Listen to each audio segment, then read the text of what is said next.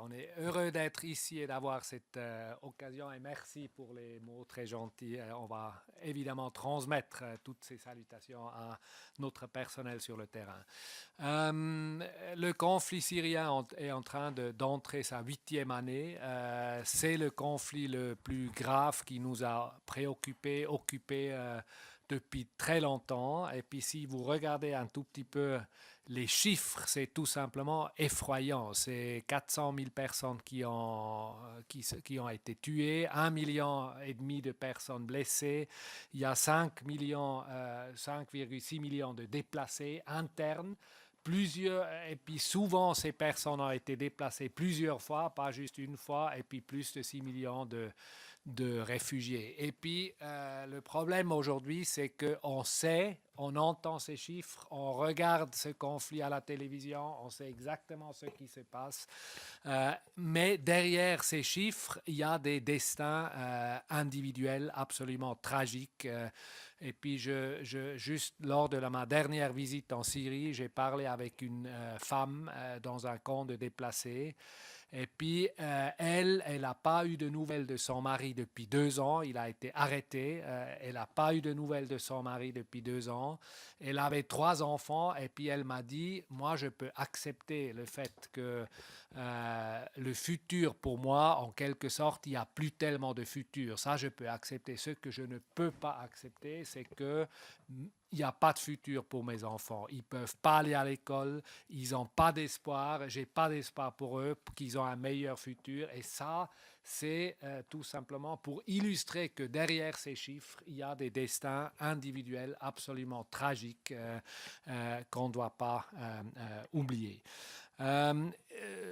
Il est aussi clair que ce conflit en Syrie, ce n'est pas juste un conflit entre le gouvernement et des groupes armés, c'est un conflit qui se joue entre puissances régionales ainsi que des puissances globales. Et chacune de ces puissances est en train de poursuivre ses intérêts stratégiques qui ne sont pas nécessairement des intérêts stratégiques pour la Syrie.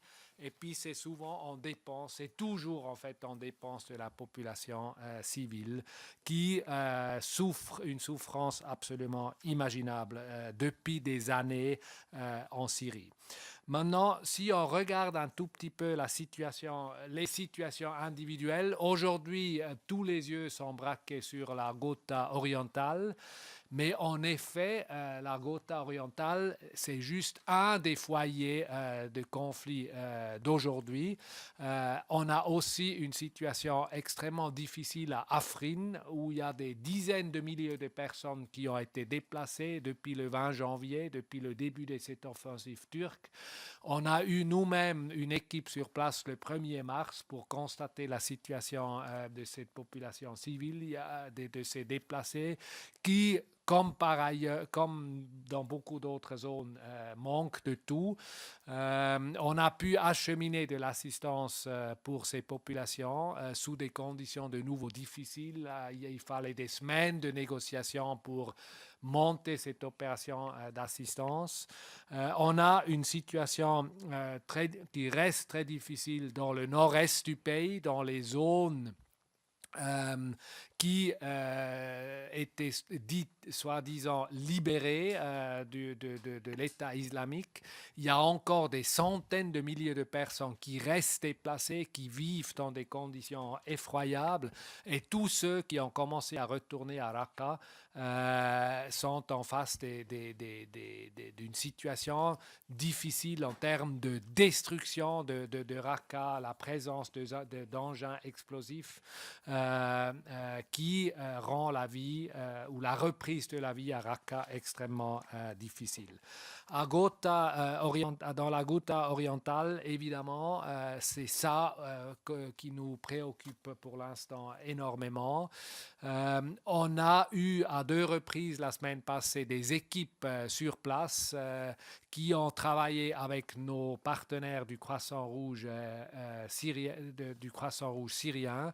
Et puis, une fois de plus, nos équipes sont revenues complètement choquées de ce qu'ils ont vu sur place, à l'intérieur de cette Ghouta orientale, une population totalement traumatisée, qui manque de nourriture, qui manque de l'accès à l'eau et qui manque surtout aussi, et puis mon collègue de MSF va parler, j'espère, un peu plus de la situation médicale qui est dramatique dans cette Ghouta orientale, aussi parce qu'une fois de plus, on a vu des centres de santé, des hôpitaux qui ont été pris comme cible.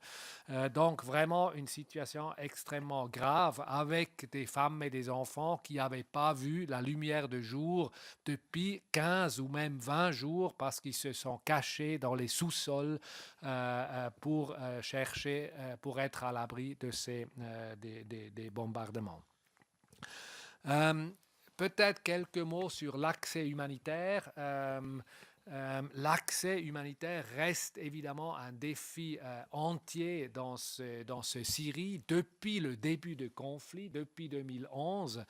Comme je l'ai dit, à chaque fois quand on traverse les lignes de France, ça nécessite des semaines de négociations, donc c'est extrêmement difficile d'accéder des populations dans ces zones, surtout dans les zones assiégées.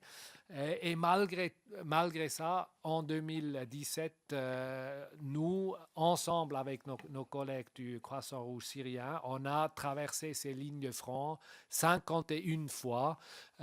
Et puis on a réussi à assister environ 3 millions de personnes dans ces zones dites assiégées. Cela implique néanmoins une prise de risque très importante. On a encore vu la semaine passée, quand nos équipes étaient à l'intérieur le 5 mars, les bombardements ont repris. Et puis, des 46 camions qu'on a amenés de l'assistance, on a ramené 13 à Damas parce qu'on n'a pas pu les décharger le 5 mars. On est retourné le 9 mars et puis immédiatement, quand on est rentré, nos équipes sont rentrées dans la Ghouta orientale, les bombardements ont de nouveau repris et puis on a dû faire de nouveau des démarches pour que ces hostilités cessent, pour qu'on puisse finir à décharger ces camions et avoir un peu de contact avec cette population totalement traumatisée. J'aimerais aussi rendre hommage au Croissant Rouge syrien. Eux, ils ont perdu depuis 2011 64 personnes dans ce conflit. Donc ça, c'est le tribut que il faut vraiment il faut saluer le courage des collaborateurs du Croissant Rouge syrien qui agissent littéralement sur les lignes de front, évacuant des blessés et qui sont partout avec nous quand on fait ce type d'opération, comme je viens de parler dans la Ghouta orientale ou à Afrin. Nous-mêmes, on a 3 collaborateurs qui restent disparus depuis le 13 octobre 2013, dont on n'a pas de nouvelles. Et ça se rajoute aux 10 collaborateurs que nous, on a perdus nous-mêmes dans différents contextes où on opère en tant que CICR. Ça, c'est pas que en Syrie. Juste peut-être encore 2-3 mots sur le fait que la Syrie n'est pas uniquement une crise humanitaire, c'est une crise politique extrêmement grave. Et puis, comme je l'ai dit dès le départ de mon introduction, la Syrie est le conflit le plus grave qui existe maintenant depuis des années. Et malgré cela, la communauté internationale n'a pas réussi à trouver une sortie politique de ce conflit. Et puis, en fin de compte, ce qu'il faut, c'est clairement une sortie politique. Et puis, la France a évidemment aussi son rôle à jouer avec son poids politique. Mais il ne s'agit pas uniquement maintenant d'assister la population en Syrie, c'est aussi une crise de protection. Et là, de nouveau, il s'agit de respecter et faire respecter le droit international humanitaire, qui est le cadre de droit qui est exactement fait pour protéger les personnes qui ne participent pas ou plus aux hostilités. Et là, la France a vraiment une opportunité de s'afficher en défenseur et garant du droit et de ce cadre légal en tant qu'acteur qui est impliqué sur le terrain et ayant une influence sur des parties qui participent au conflit. La France doit absolument veiller non pas seulement à respecter les droits internationaux humanitaires, mais à faire respecter ce droit international humanitaire à ses partenaires. On attend également de la France qu'elle montre l'exemple et tient un discours respectueux de l'humanité, que nous partageons d'ailleurs tous. Et puis là, ça inclut aussi tous les combattants étrangers ou les combattants qui étaient dans les rangs de l'État islamique et leurs familles. Je peux vous dire, nous, on visite des familles de ces combattants, des femmes et des enfants qui vivent dans des conditions extrêmement difficiles. Et c'est vraiment important de tenir un discours qui reste dans le cadre légal et pas un discours de plus en plus déshumanisant qu'on entend malheureusement de plus en plus, y compris des pays occidentaux. Et ça, nous, en tant que gardiens du droit international humanitaire, on se fait énormément de soucis parce que ce type de discours va tout simplement perpétuer le cycle de violence qu'on est en train de vivre en Syrie. 3 points pour finir qui sont des enjeux pour la suite. Un, c'est toute la question de la reconstruction et la position de beaucoup de pays qui dit aucun financement pour la reconstruction dans l'absence d'une transition politique. Il faut vraiment être conscient du fait que la réhabilitation, par exemple, des systèmes d'eau, des hôpitaux et des systèmes de sanitation, ça va devoir faire partie de l'action humanitaire, même en absence d'une transition politique, parce que les populations en Syrie vivent, ça c'est un pays beaucoup de gens vivent dans des zones urbaines qui et donc dépendent de toutes ces infrastructures et la réhabilitation de ces infrastructures est absolument importante, même s'il n'y a pas encore de transition politique en vue. Deux, toutes les questions de retour de réfugiés. Nous, on est aujourd'hui très clairement de l'avis que les conditions pour un retour ne sont tout simplement pas réunies. Donc, on attend vraiment aussi de tous les pays qui ont des réfugiés ou qui soutiennent des pays qui ont des réfugiés, de tenir compte du fait que ces conditions ne sont pas encore réunies. En tout cas pour l'instant. Et mon dernier point, c'est sur le soutien des organisations humanitaires neutres, impartiales et indépendantes, telles que MSF et le CICR.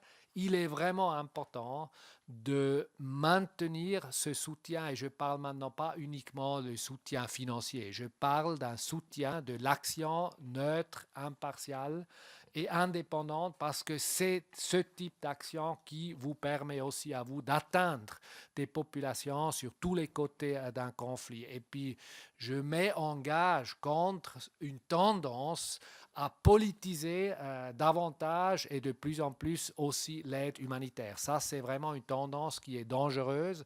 Et puis là, vous, en tant que France, vous avez aussi un rôle extrêmement important à jouer. Et ça me donne aussi la possibilité et l'opportunité de vous remercier pour le soutien que la France donne au CICR. On essaie de faire le meilleur usage possible. Merci beaucoup. Merci beaucoup, Monsieur le Directeur. Permettez-moi de saluer aussi Régis Saviez qui vous accompagne et qui est le chef de la délégation régionale du CICR à Paris. Monsieur le Président, puis-je vous donner la parole maintenant? Merci beaucoup. Je vais juste compléter mon collègue Dominique parce qu'il a très bien expliqué la situation en Syrie. Nous, MSF, on a donc depuis le début du conflit, on a tenté de négocier avec le gouvernement syrien pour avoir une présence officielle dans le pays et toutes les négociations ont échoué. Donc, on est impliqué dans la crise syrienne depuis presque le début, depuis juin 2012, avec une présence donc illégale dans le pays, c'est-à-dire on a traversé les frontières notamment turques sans avoir les autorisations du gouvernement de Damas et on a déployé des équipes dans les zones contrôlées par les groupes rebelles, inclus à une époque jusqu'à janvier 2014, inclus dans des zones contrôlées par le groupe État islamique. Et depuis donc 7 ans, on travaille exclusivement dans ces zones tenues par l'opposition, notamment dans le nord de Alep et aussi dans le gouvernorat de Idlib. Et on tente d'appuyer des zones assiégées en Syrie par le gouvernement syrien, notamment donc la zone de la route orientale, donc qui est la préoccupation principale aujourd'hui de notre organisation et aussi de tous les humanitaires. On n'a pas une présence avec du personnel MSF dans la route orientale. Mais on appuie depuis au moins 5 ans une dizaine de structures de santé gérées par les médecins syriens. On appuie donc appui technique en donnant des conseils médicaux techniques par Internet à nos collègues et aussi on envoyait jusqu'à printemps 2017 de l'approvisionnement médicale d'une façon donc illégale dans cette zone de route orientale. Heureusement qu'on avait prépositionné du stock important avant ce dernier offensif dans la route orientale et les médecins qu'on soutient arrivent à s'approvisionner de ces stocks jusqu'à aujourd'hui. Plus concrètement, on appuie 10 dispensaires hôpitaux dans la route orientale. Depuis le 18 février, donc le début de l'offensif des forces du régime, ces 10 structures ont rapporté 5500 blessés entre le 18 février et 5 mars, donc la dernière fois où on a donc, contacté nos collègues pour avoir des chiffres, donc 5500 blessés et 1120 morts. Donc, depuis quelques jours, le nombre de structures qu'on soutient sont descendues à 6 au lieu de 10 parce que les 4 autres ont fermé. Donc, les équipes ont fui avec l'arrivée des troupes loyalistes dans certaines zones de route orientale. Quand on parle à nos collègues, ils parlent de manque de certains médicaments malgré le stock qu'ils avaient. Donc il manque des antibiotiques par exemple intraveineux, ils ont besoin des anesthésiens, des poches à sang. Parce que même s'il y a certains convois humanitaires effectués par le Croissant-Rouge syrien le 9 mars, par exemple, les médecins racontent que les soldats donc, récupèrent tout ce qui est considéré comme médicament ou matériel médical utile pour soigner les blessés.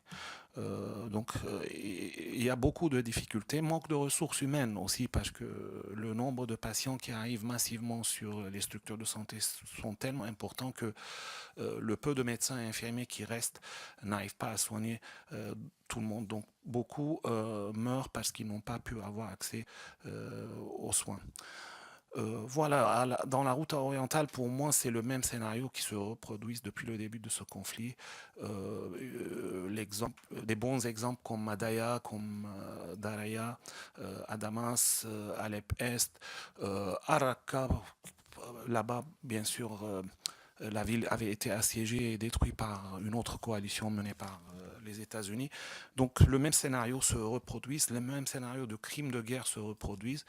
Et aujourd'hui, c'est la Ghouta. Demain, peut-être, ça sera Idlib. Et nous, donc, on est impuissants face à cette situation. C'est la première fois où MSF, malgré que la crise est très grave, nous, notre réponse est très, très timide, très limitée par rapport aux besoins. On gère directement 2 hôpitaux, un à Idlib et un autre à Alep, au nord de Alep, à la frontière turque. Et on est aussi présent avec des équipes sur 2 hôpitaux dans les zones Al-Raqqa et Kamishli, mais notre présence et notre réponse est très limitée par rapport aux besoins. Voilà, merci. Merci vraiment à vous, Monsieur le Président, Monsieur le Directeur. Je demande aux collègues à qui je donne la parole d'essayer de poser essentiellement des questions, d'aller vite, parce qu'ils sont tous les deux contraints par le temps, doivent repartir dans quelques minutes, et j'aimerais vraiment qu'ils puissent reprendre la parole, parce qu'au fond, c'est eux qu'on a envie d'entendre ce matin. Annie Chapelier. Merci Madame la Présidente. Merci messieurs pour votre témoignage qui est vraiment assez bouleversant et qui montre bien les difficultés et surtout peut-être l'incompréhension que nous avons nous ici d'Europe de ce qui se passe en Syrie. J'ai 2 questions. La première concerne ce qui se passe dans la route orientale concernant l'utilisation des armes chimiques. Début mars, la France et les États-Unis avaient annoncé qu'ils ne toléreraient pas d'impunité en cas d'utilisation avérée d'armes chimiques en Syrie. Cependant, nous avons beaucoup de difficultés à apporter une preuve tactile. Des médecins de l'enclave ont pourtant assuré que plusieurs patients présentaient des symptômes d'exposition au chlore. Vous, en tant qu'organisme non gouvernemental, êtes-vous en capacité d'affirmer l'utilisation ou pas de ces armes chimiques, alors même que la définition de ces armes chimiques semble délicate à déterminer, puisqu'on fait état maintenant d'un distinguo entre armes létales ou armes toxiques en ce qui concerne le chlore. Et ma deuxième question est d'ordre plus général sur la Syrie et l'action que vous y menez.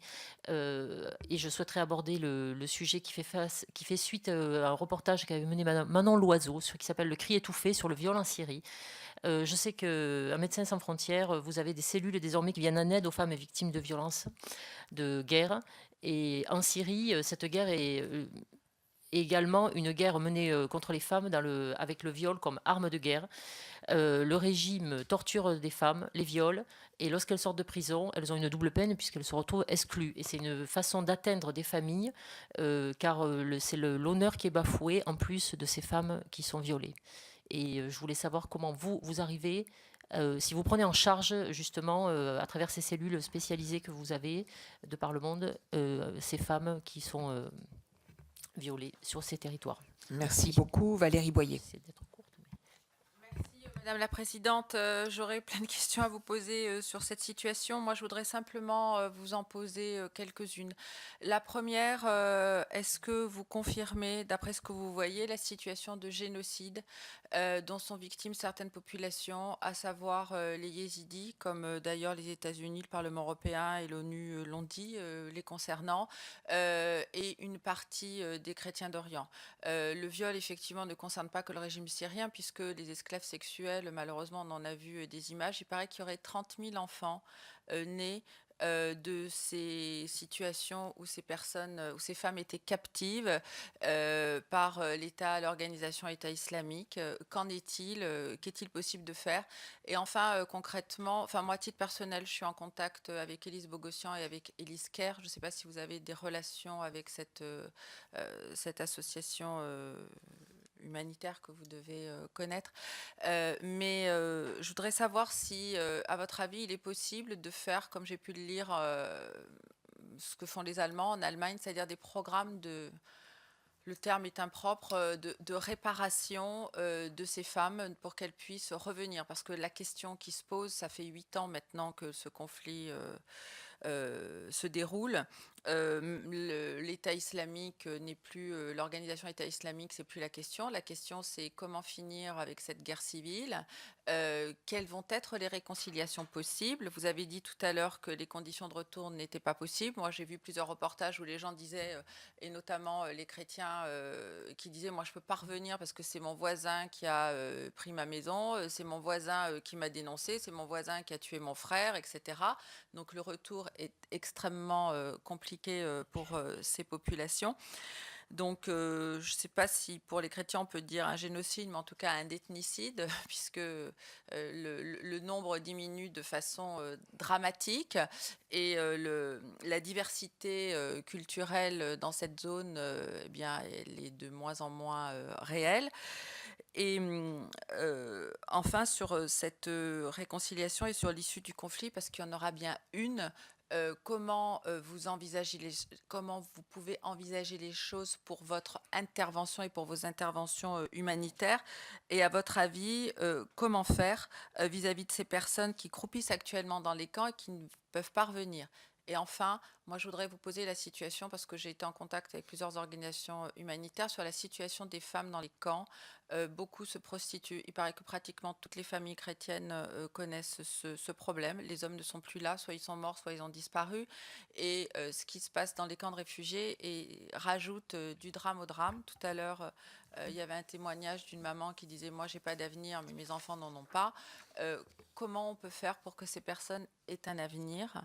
Et cet avenir doit être le retour, parce qu'on ne peut pas envisager qu'elles restent soit en Jordanie et encore moins en Turquie. Merci beaucoup. Alain David.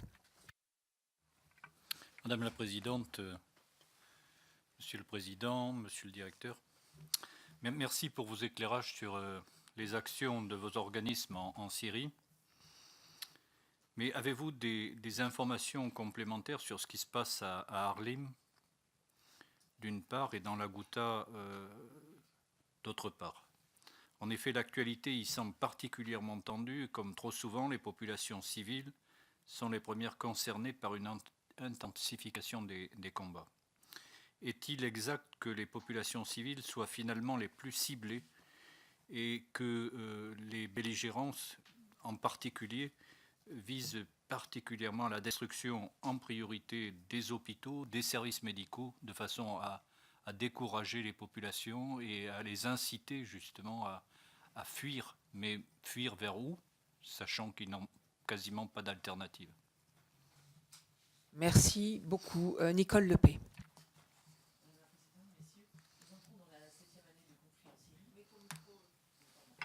Excusez-moi. Nous entrons dans la 7e année du conflit en Syrie et le pays reste le théâtre des pires crises humanitaires, on l'a dit.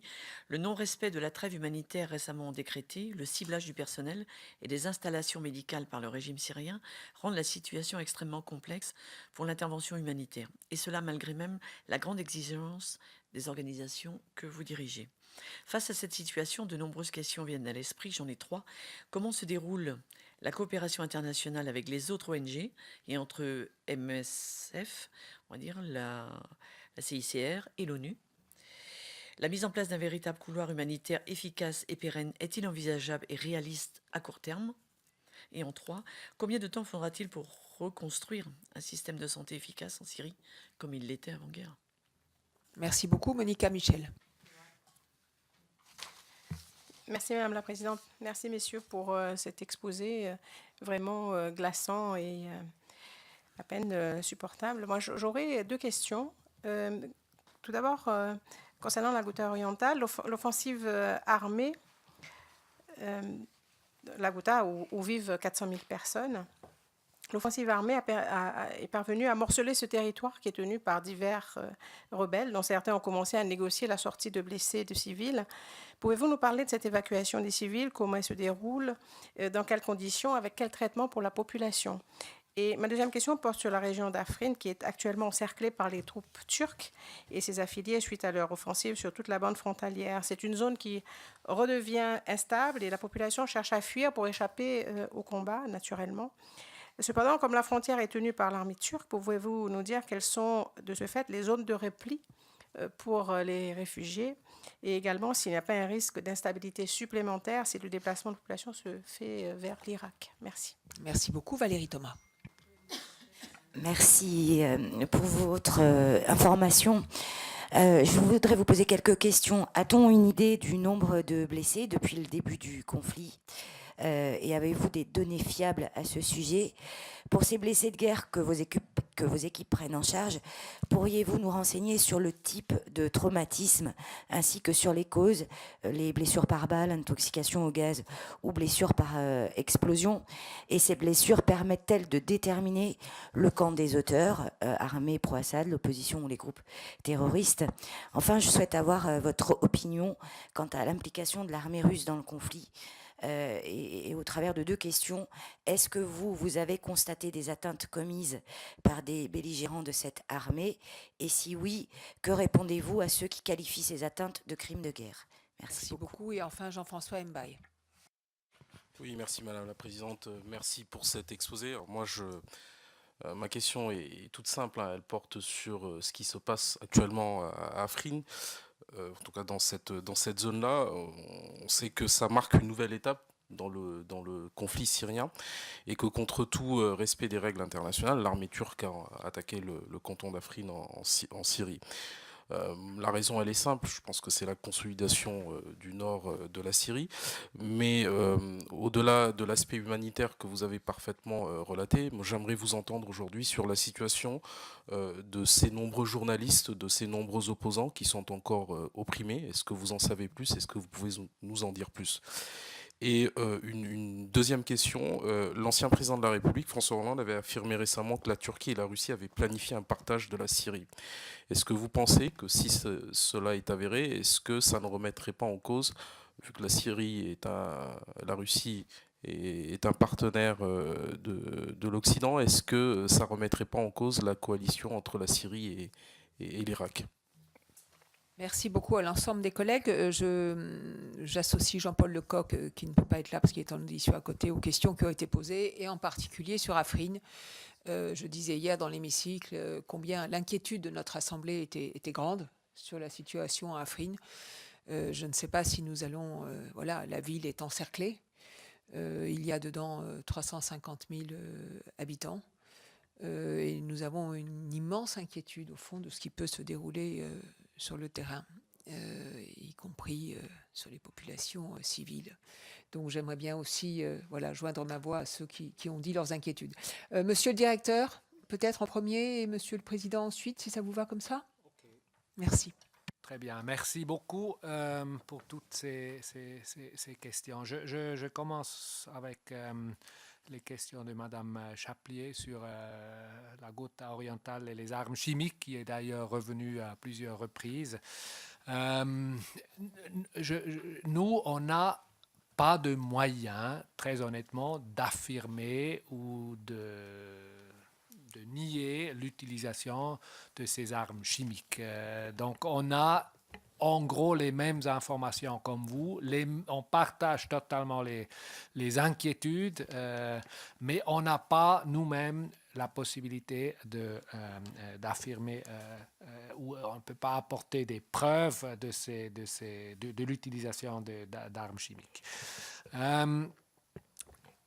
On partage entièrement tous les soucis par rapport aux victimes de violences sexuelles, qui est d'ailleurs une question qui est venue 2 fois. Aussi, vous, Madame Boyer, vous avez parlé des mêmes soucis. On a nous-mêmes, on essaie un maximum possible de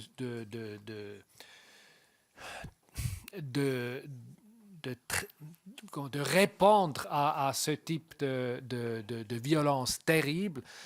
Le souci qu'on a ou la difficulté qu'on rencontre, c'est exactement ce que vous avez dit. C'est considéré comme un crime d'honneur. C'est extrêmement difficile de faire parler les victimes de violences sexuelles dans ce type de contexte. Et puis pour vraiment pouvoir traiter cette problématique, il nous faudrait une présence beaucoup beaucoup plus permanente dans des structures de santé, entre autres, qui permettraient ensuite de créer des conditions, tout d'abord pour que ces victimes de violences sexuelles viendraient nous parler du cauchemar qu'ils ont vécu. On est totalement conscient du fait que ça existe dans toutes les situations de guerre, ça existe aussi en Syrie, mais ça existe pas seulement d'un côté du conflit, ça existe partout, c'est tous les côtés du conflit qui utilisent cette arme de guerre. Et on le voit aussi, c'est-à-dire on le voit pas, on est aussi conscient du fait que ça existe dans les lieux de détention. On visite les lieux de détention et comme c'est souvent le cas dans tous les pays où on visite des détenus, la violence sexuelle fait aussi partie ça existe aussi dans les lieux de détention. Il y a eu des questions sur Afrin à plusieurs reprises. Afrin, c'est effectivement un nouveau théâtre de conflit qui affecte une région et des populations qui étaient largement épargnées par le conflit jusqu'à maintenant. Et depuis le 20 janvier, depuis cette offensive, on a vu maintenant jusqu'à 80 000 personnes qui ont été déplacées. Quelles sont les zones de repli? Les zones de repli étaient tout d'abord la ville de Afrin même. Donc il y a beaucoup de gens qui habitaient les zones entre la frontière turque et la ville d'Afrin qui se sont réfugiés dans cette ville d'Afrin. C'est là où on les a rencontrés le 1er mars.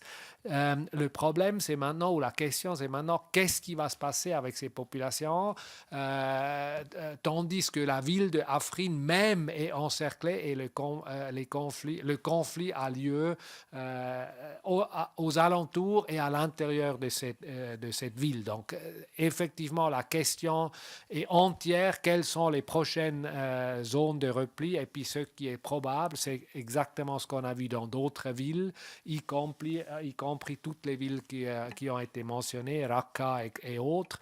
Les gens vont sortir de ces villes et puis vont être accueillis dans des camps qui ne sont pas préparés pour l'instant pour un accueil en dignité de ces populations. Donc, on se fait vraiment beaucoup de soucis pour ces gens qui, comme je l'ai dit, ont été épargnés par le conflit jusqu'à maintenant. Il y a eu d'autres questions sur la Ghouta orientale et tous les soucis qu'on se fait pour cette population. Je rejoins un peu les prédictions sombres de mon collègue de MSF, le président de MSF. C'est ce qu'on voit dans la Ghouta orientale, c'est ce qu'on a vu avant, avec toutes les villes qui ont été reprises, soit de l'opposition, soit de l'État islamique. Donc, ça commence avec des bombardements, ensuite l'encerclement et on évite l'assistance humanitaire de passer. Ensuite, il y a effectivement une offensive terrestre et puis on essaie de faire sortir la population et surtout ce qu'on va probablement voir de nouveau, c'est une évacuation des combattants vers Idlib. Et puis Idlib, c'est en quelque sorte le dernier chapitre de cette guerre, en tout cas pour le gouvernement en Syrie. Et puis là, ça va devenir encore plus compliqué parce qu'il y a beaucoup plus de différents groupes et il y a aussi une concentration de population beaucoup plus importante que ce qu'on a vu maintenant à Aleppo ou dans la Ghouta orientale. Donc, les perspectives sont effectivement tout sauf positives. Et puis, il ne faut pas oublier encore Deraa dans le sud, qui est encore une autre poche qui est tenue aujourd'hui par l'opposition et qui va certainement devenir un des cibles prochains pour le gouvernement à Damas. Je m'arrête peut-être ici et puis je Merci beaucoup, Monsieur le Directeur. Monsieur le Président. Pour compléter mon collègue, à Afrin, nous, Médecins sans frontières, c'est peut-être la seule zone où on n'a pas une présence ni avec des collègues syriens, ni avec des collègues expatriés. Malheureusement, je ne peux pas donner beaucoup d'informations sur Afrin. Qui est présent sur Afrin comme organisation? Y a-t-il une organisation humanitaire présente sur Afrin? Moi, il y a probablement des organisations humanitaires qui travaillent depuis la Turquie. Mais à Afrin même, quand nous on était sur place, la seule organisation, c'est le Croissant Rouge syrien avec lequel on est entré. Et puis, il y a aussi une branche du Croissant Rouge syrien qui est à l'intérieur de Afrin. On a des informations comme quoi, depuis Afrin, certaines fuient vers Alep-Ville, vers une autre localité aussi qui s'appelle Tal Rifat, récemment occupée par le gouvernement de Damas. Et une troisième localité, c'est le district de Azaz, où nous, on a des collègues MSF qui ont vu quelques déplacés kurdes ou arabes arriver depuis Afrin. Pareil que mon collègue, pour l'utilisation des armes chimiques en Syrie, ou notamment dans la route orientale, nous, on n'est pas présent, donc on n'a pas des preuves. Une fois, des collègues qu'on soutient nous ont rapporté en février que dans une localité qui s'appelle Chafounia, je ne sais pas si je prononce bien, certains patients se sont présentés avec des symptômes indiquant une exposition à des agents chimiques. Mais c'est tellement le chaos que malheureusement aujourd'hui, armes chimiques ou pas, il y a une destruction massive des maisons, des structures hospitalières dans la Ghouta et pas que. Et nous, humanitaires, on est impuissants.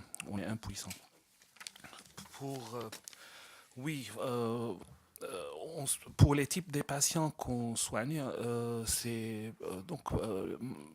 ils arrivent tous avec des blessures à armes ou bombes, avec des fractures multiples, des blessures à l'abdomen, polyfractures, des brûlures aussi.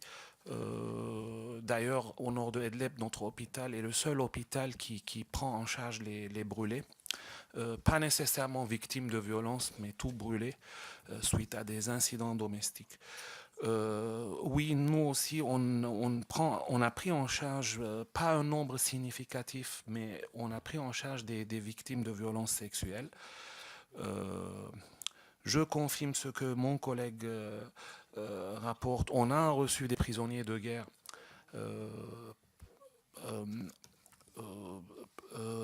en Irak, notamment pas peu en Syrie, mais en Irak, avec victimes qui sont des victimes de torture et de violences sexuelles aussi. Donc c'est malheureusement une pratique commise presque dans tous les pays en conflit où on travaille. Je pense pour moi. La destruction des hôpitaux, oui, selon l'Organisation mondiale de la santé, 60% des hôpitaux sont partiellement ou entièrement détruits en zone gouvernementale, mais surtout dans les zones tenues par l'opposition. Pour relancer le système de santé, pour moi, si demain c'est la paix en Syrie, ça va prendre, selon les experts, au moins 10 ans pour que le pays relance le système de santé correctement. Beaucoup de problèmes, donc beaucoup de patients qui rompent qui sont par exemple sous dialyse, qui n'ont plus accès dans certaines zones aux dialyses, des patients onco, qui ont des traitements oncologiques. Pareil, ils ont rompu de traitement. La cardiopathie dans ce pays, c'était un problème de santé publique, même avant la guerre. Donc c'est encore pire maintenant, les patients qui se manifestent avec des problèmes cardiaques. Donc les problèmes sont multiples. C'est pas lié que malheureusement, c'est pas lié que à la violence. Manque de vaccins, par exemple, pour les enfants. Les schmanioses cutanées, c'est un problème de santé publique, même avant la guerre, là, c'est aggravé. Des mini-foyers d'épidémie de fièvre typhoïde et à Alep et à Deir Zor, les problèmes sont multiples. Et malheureusement, comme je disais, notre réponse est très limitée, faute d'insécurité. Vous aviez une question, je crois, sur le type de traumatisme aussi des blessés. Comme je disais, ils arrivent surtout avec polyfractures, des blessures d'abdomen, blessures crâniennes. Ils arrivent beaucoup aussi avec des brûlures. Nous, mais par contre, on n'a pas des preuves comme quoi des armes biologiques avaient été utilisées. Écoutez, il me reste vraiment à vous remercier. Vous voulez ajouter un mot? Allez-y, monsieur le directeur. Désolé. Il y a encore une ou deux questions.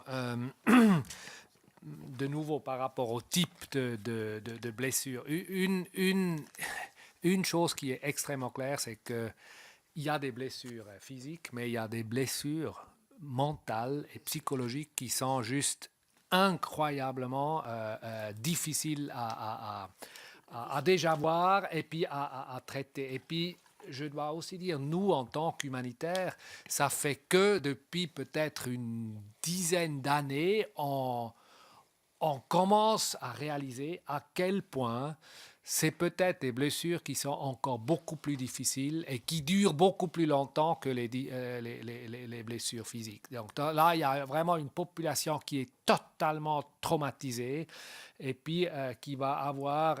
et c'est ça qui va prendre énormément de temps. Et ensuite, il y a eu aussi des questions, comment envisager la fin du conflit, combien de temps ça va prendre la reconstruction. Il y a des estimations et je ne sais pas ce que ces estimations valent. Okay? Mais la Banque mondiale, l'année passée, estimait que les dégâts matériels en Syrie dépassent les 200 milliards de dollars. Et puis, en termes de développement, la Syrie le développement a été renvoyé de 40 ans. Donc, c'est juste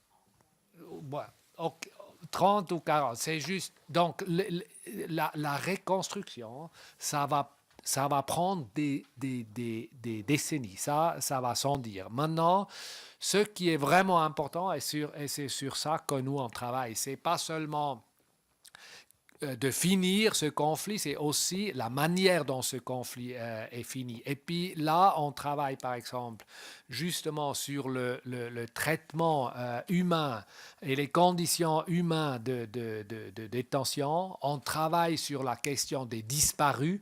Il y a des dizaines de personnes qui sont disparues. Et puis nous, on a aussi fait l'expérience dans beaucoup de différents théâtres de conflit que les familles qui ont perdu un de leurs proches et ne savent pas où il ou elle se trouve, c'est encore plus difficile d'avoir un corps et de pouvoir l'enterrer. Donc la question des disparus est une question sur laquelle on travaille pas seulement en Syrie et en Irak, on travaille partout ailleurs. Donc ça, c'est vraiment des questions qui sont extrêmement importantes et à prendre en considération. Mon dernier point, c'est toute cette question de répartition, Turquie, Russie, ou le rôle, il y a une autre question, le rôle de l'armée russe.